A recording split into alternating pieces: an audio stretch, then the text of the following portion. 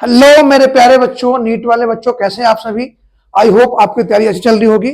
बच्चे सोचते हैं कि मेरा नीट क्लियर होगा या नहीं होगा।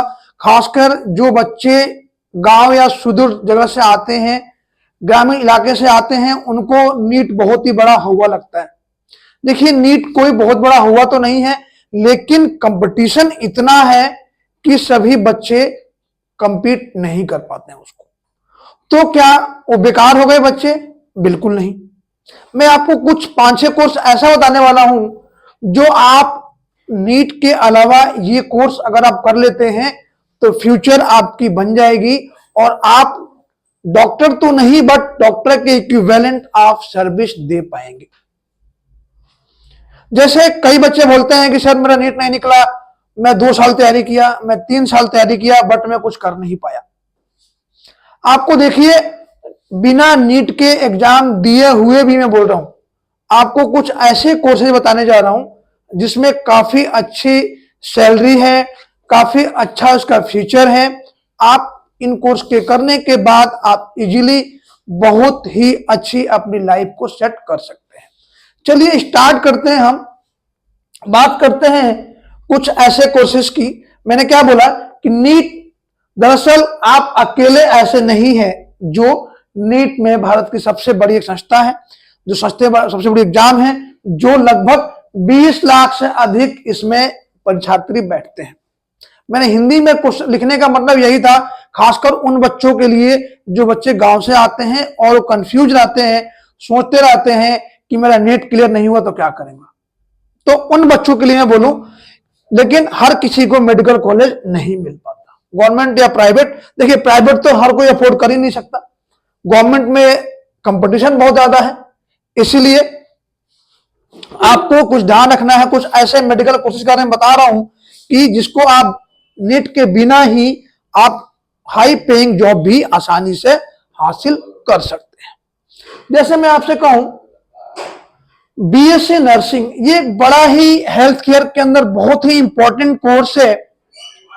इसमें बहुत सारे government, private, government hospitals, government colleges हैं, प्राइवेट कॉलेजेस हैं, जहां पे आप इन कोर्सेज को कर सकते हैं। उनका काम क्या होता है? सर्जरी में डॉक्टरों की हेल्प करना, पेशेंट की जो देख रेख, स्थिति पर नजर रखना, दवाइयां देना और अन्य महत्वपूर्ण मेडिकल प्रक्रियाओं को संभालना के काम होता है।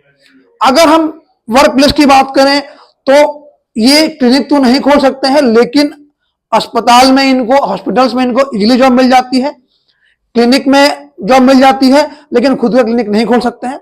नर्सिंग होम के अंदर जॉब मिल जाती है, रिहैब सेंटर में जॉब मिल जाती है। दूसरा, जो सामुदायिक, जो कम्युनिटी हेल्थ सेंटर है, वहां भी इन लोगों को इजीली जॉब मिल जाती है। अब हॉस्पिटल्स में आपको, प्राइवेट हॉस्पिटल्स में बहुत सारी वैकेंसी निकलती है,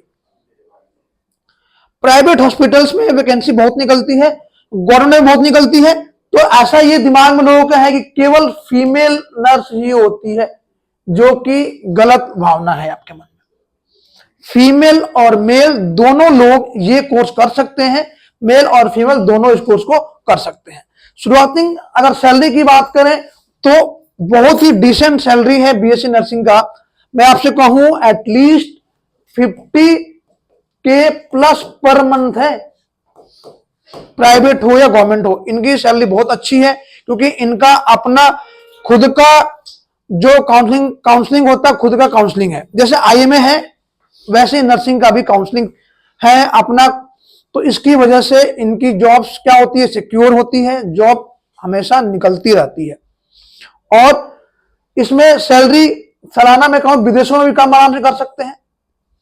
इंडिया के अंदर 5-6 लाख रुपया इजीली सालाना आप कमा सकते हैं। जैसे जैसे आपकी जो एक्सपीरियंस होती जाएगी, आप अच्छा इसमें कर सकते हैं। जो सेकंड कोर्स में बताने जा रहा हूं, उसका बड़ा ही बोलबाला है, बीपीटी, बैचलर ऑफ फिजियोथेरेपी। इसमें क्या है? ये चोटों से उभरने के लिए काम किया जाता है। सर्जरी के बाद कुछ भी पोस्ट सर्जरी हो गया या प्री सर्जरी हो गया, इनमें बड़ा ही काम आता है। स्पोर्ट्स सेंटर के अंदर बहुत ज्यादा इंपॉर्टेंट है इनका रोल है। स्पोर्ट्स इंजरी में कुछ भी होता है, रिहैब में इनका बहुत ही बड़ा हेल्प हो जाता है, बहुत बड़ा इनका रोल होता है। तो जितने भी ज्वाइंट डिसऑर्डर है, स्ट्रोक है, जितने आपके मैं कहूं बैक पेन, नी पेन, जितने ज्वाइंट पेन है, अर्थराइटिस, रिमेटॉइड अर्थराइटिस, मोस्टली बहुत है, सियाटिका, बैक पेन, जो जो सर्जन या जो डॉक्टर ठीक नहीं कर सकते, ये लोग उसको ठीक कर सकते हैं। इनका बहुत बड़ा रोल है सोसाइटी में। और ये सबके लिए एक्सरसाइज प्लान बताते हैं और ताकि एक्सरसाइज प्लान का मतलब यह है कि उनकी जो लाइफ है उनको स्मूथ बनाते हैं। अगर कोई बंदा सपोज करो सर्जरी कर लिया, उस घुटने की सर्जरी हो गई और मूवमेंट नहीं आ रहा, मूवमेंट कौन ठीक कराएगा? फिजियोथेरेपिस्ट कराएगा। अगर किसी का फ्रैक्चर हो गया, फ्रैक्चर होने के बाद 5 लगाने के बाद मूवमेंट क्या होगा? रिस्ट्रिक्ट हो जाएगा, कौन ठीक कराएगा? वहां फिजियोथेरेपी ठीक कराएगा। इस तरह से आप ये बोल सकते हैं कि इनका बहुत ही बड़ा रोल है।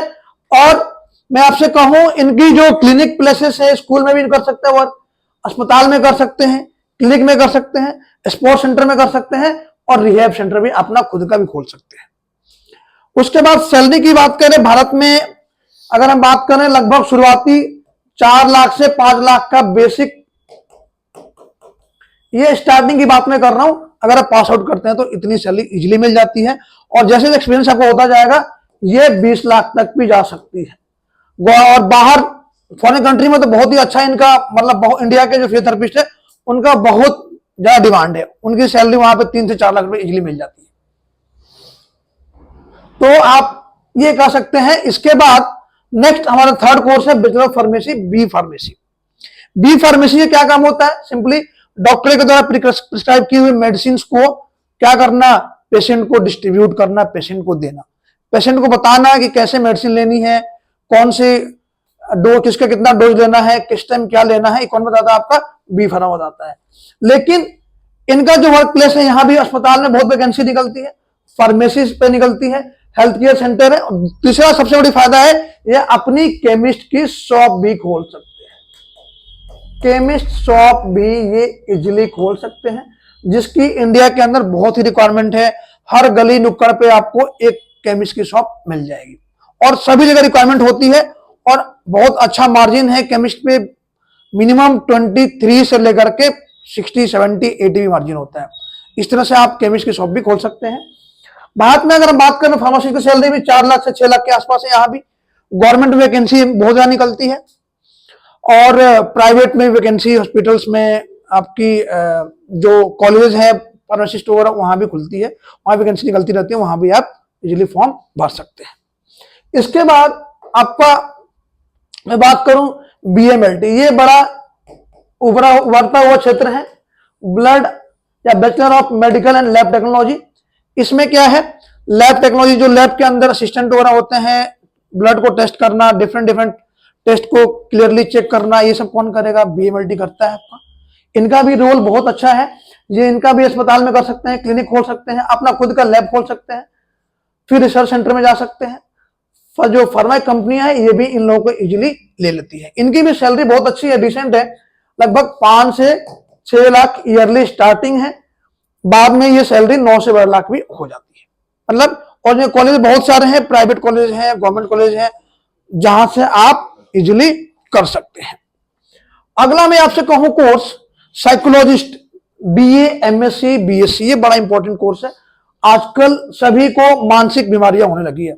इतना सोसाइटी में टेंशन है, इतना घरों में टेंशन हो रहा है, इतना स्ट्रेस है बच्चों के ऊपर, पेरेंट्स के ऊपर, बहुत सारी स्ट्रेस की वजह से मेंटल डिसऑर्डर सबको होने लगा है। उन सबको ठीक कौन करेगा भाई? एमबीबीएस के पास तो टाइम होता नहीं है। और साइकोलॉजिस्ट जो होते हैं स्पेशली, उनकी पूरे ईयर में एमडी के थ्रू देखा जाए 30 से 40 सीट होती है।